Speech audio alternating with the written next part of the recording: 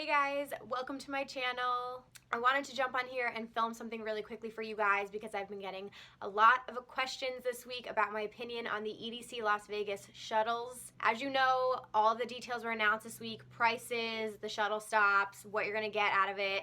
So I'm gonna talk a little bit about the shuttles and what my opinion is. A lot of people are wondering if they should drive, if they should Uber, if they should pay the money for the shuttles. So I'm gonna try and cover everything I can here. And I do wanna give you guys a little bit of background on shuttles because if you've ever seen any posts or you've seen people complain about them, I've taken them the last 3 years that I've gone to EDC Las Vegas. So I'm gonna talk in the beginning a little bit about why my opinion is formed because I have had a lot of experiences, some good, some not great. Not great. So I'm just going to give you a little bit of background so that you know why I have the opinion I have. If you don't want to fucking hear that, then probably cut through to like minute 2 or 3. That's probably where I'm going to shut up about all of that. And also, before I get into the video here, I just want to say that I'm super pumped because I'm going to see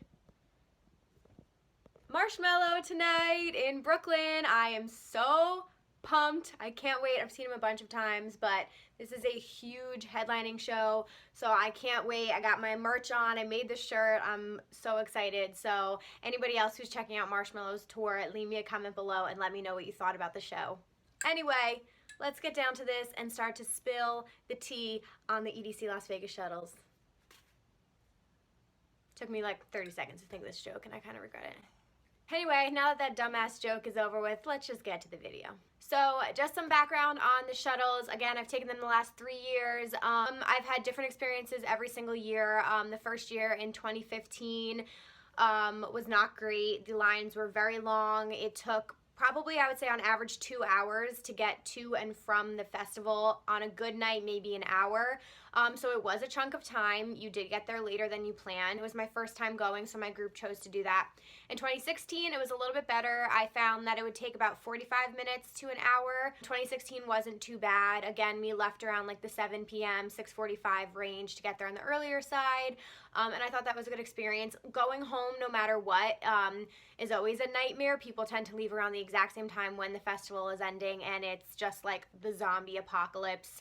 Just everyone's not looking good. They've been dancing for hours and sweating, like the makeup's running off. Just it's never a good scene leaving. 2017 was horrible. It was the worst year. I think Saturday night it took us 3 hours to get there. We almost missed Kygo. I was super pissed. It was extremely disorganized.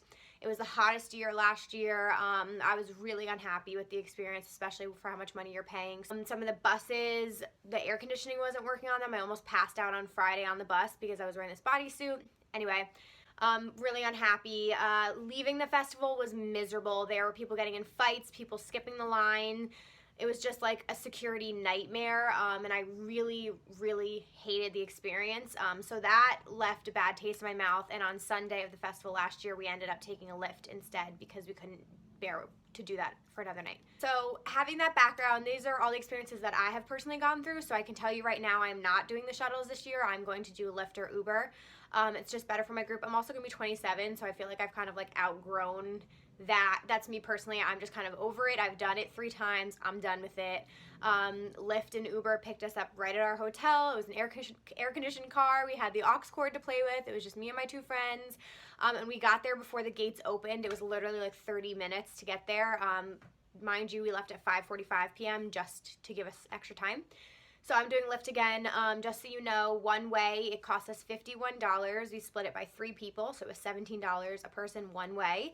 So if you multiply that, it was about $102 for the whole weekend. So for me, the benefits of that, it's about $10 more than the shuttle pricing this year, but I personally think that that's worth it, and I'm going to be doing that again this year with my group. I have my little notes here with all the shuttle information, so let's go over it real quick. So the standard shuttles are $90. That's basically what the price has been the last couple of years. I think that's fair. And they said you can do 3 payments of $30. So that's not bad. The stops are the Rio, Circus, Fremont, which is downtown, and Mid-Strip. I didn't look up what hotel is Mid-Strip, but that's vastly less shuttle stops than in the past. They've sort of been like skimming it down the last couple of years. Premium is $199 for the weekend, so you can do 3 payments of $61. It's the MGM Hotel, the Hard Rock, and the Stratosphere. So they're definitely trying to spread it out a little bit, but This is what you get with the shuttles. Past years, the shuttles have cut through the Air Force base that's there, so you do sit in traffic with everyone else for a little while, but you actually get off of the highway and you cut through the Air Force base, which no one else could do. That was supposed to eliminate waiting on traffic lines, but I don't know if it ever really did anything. It was a cool ride, but who knows if they'll do that again. So it says with the Premier shuttles, you get more benefits, gift bags including a hydration pack and candy, which is pretty cool. I have a hydration pack and candy, so I wouldn't need that shit, but could be cool. And it says when you're waiting, you'll have air-conditioned tents and water and things like that, which I think that they should be doing that for everybody, so that's kind of weird. In the past they have. It's hot, it's Las Vegas, like everybody should be getting that. You should be paying $100 more for air conditioning and water, but whatever. So I guess it depends. If you are staying in one of these hotels where a shuttle stop is, I say why not, because you can just go right there. I think that's really easy. If you have to find yourself walking further down the strip, one year we had to walk 20 minutes to a shuttle stop, wasn't the best. So if it's right at your hotel, I mean, why not? I think the standard would be, if I was going to do it, I would definitely go for the standard one. Positive things about shuttles, which I will definitely say, if it's your first time, I might recommend doing them.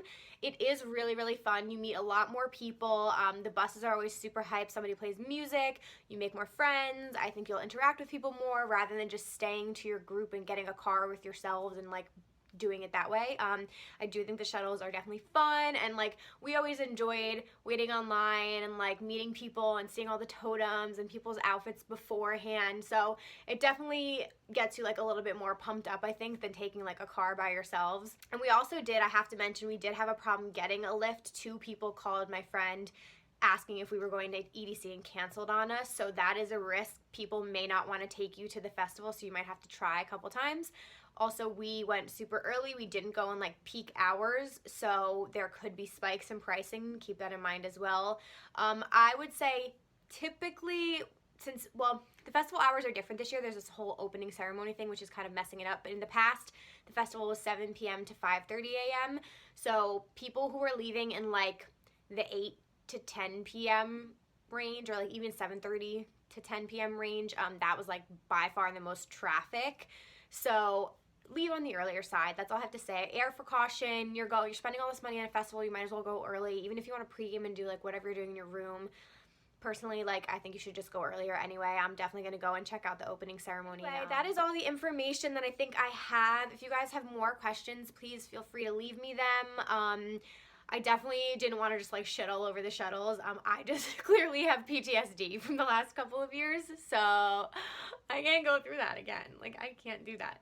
Now, I'm staying at the Luxor, so if any of you guys see me, please say hello. I would love, love, love to hang out and meet you guys. I'm getting a lot of messages, and I absolutely love reading them and responding to them. You guys can always follow me on social media, at Emma Capotis on Instagram, and at Hey There Emma on Snapchat.